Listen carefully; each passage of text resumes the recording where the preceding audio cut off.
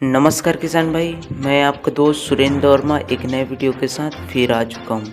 तो दोस्तों, आज के वीडियो में मैं आपको बताऊंगा कि ऑर्गेनिक फार्मिंग जो ऑर्गेनिक खेती वो कैसे करते हैं और भविष्य में ऑर्गेनिक खेती का क्या रोल रहने वाला है। तो ज़्यादा समय न गंवाते सीधे अपने टॉपिक की ओर चलते हैं। पहले जान लेते हैं जैविक खेती का मतलब क्या होता है। जैविक खेती का मतलब है प्रकृति द्वारा प्रदत्त सभी पदार्थों का यूज़ करके उसमें खेती करना। एग्जाम्पल के तौर पर जैसे पशु का गोबर हो गया, कंपोस्ट हो गया, कूड़ा करकट हो गया और फसलों का अवशेष हो गया है और हरी पत्ती को मिट्टी में दबाकर उसको फर्टाइल करके हम लोग उसमें खेती करते हैं, तो उसे कहते हैं ऑर्गेनिक खेती। अब देखते हैं ऑर्गेनिक खेती का कॉन्सेप्ट क्या है। ऑर्गेनिक खेती का कॉन्सेप्ट ये है कि हम लोग अभी सॉइल में केमिकल का यूज़ न करके उसमें जीवांश पदार्थ जैसे गोबर का खाद हो गया है और खली वगैरह हो गया, इन सभी का यूज़ करके सॉइल को इतना फर्टाइल करना है कि भविष्य में ये खराब ना हो सके और भविष्य में हम लोग ज़्यादा से ज़्यादा उत्पादन ले सकें।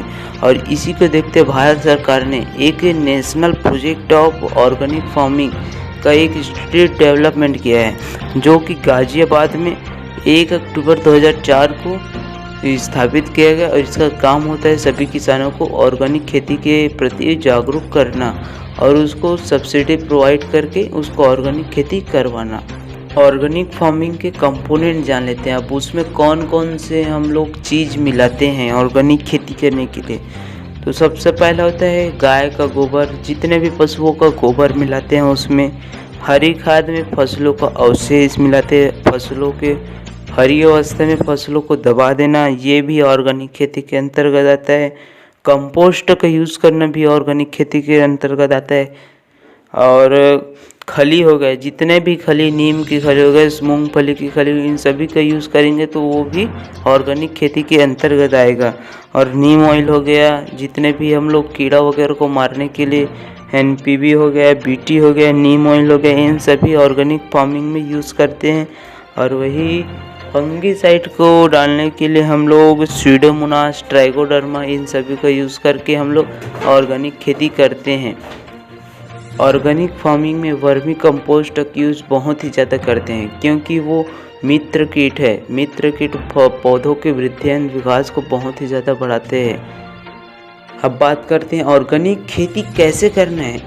और ऑर्गेनिक खेती में थोड़ा रिस्की चीज़ है, क्योंकि इसमें 2 से 3 साल में इसमें उत्पादन इतना अच्छा नहीं आ जाता है जितना नॉर्मल करते हैं। तो इसके लिए थोड़ा बहुत सहन करने की शक्ति होना चाहिए किसान भाइयों में। इसमें 3 साल पहले इसमें कोई भी केमिकल के यूज़ नहीं करते हैं और इसमें जितने भी जीवांश पदार्थ है उसका यूज़ करके हम लोग खेती करते हैं, तो उत्पादन 2-3 साल तक अच्छे से नहीं आते।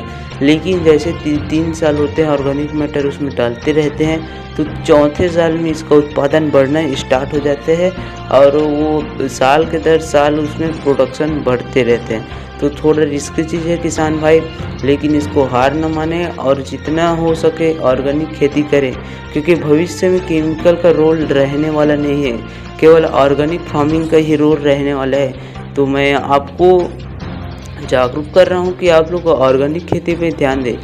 एक बार में ऑर्गेनिक खेती नहीं हो सकते हैं, तो इसे आप लोग थोड़ा थोड़ा अपने साल में सुधार करें और केमिकल को पूरा बंद करें।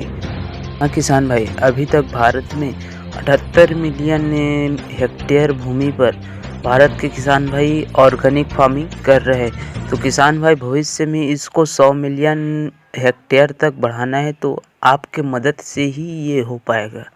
खेती के फ़ायदा, जैविक की खेती का सबसे बड़ा फ़ायदा होता है कि हमारे जो मिट्टी है वो फर्टाइल होता है, मतलब उसका उर्वरा शक्ति बढ़ता है साल के दर।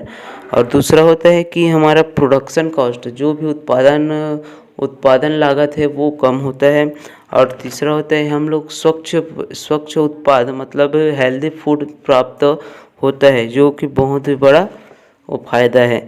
और तीसरा होता है हमारा उत्पादन तो बढ़ता है, साथ ही साथ उसमें मार्केट वैल्यू भी तेज़ी से बढ़ता है, क्योंकि मार्केट में ऑर्गेनिक प्रोडक्ट का डिमांड बहुत ही ज़्यादा रहता है और उसका प्राइस भी बहुत ही ज़्यादा मिलता है अन्य अन्य अन्य वस्तुओं के तुलना में।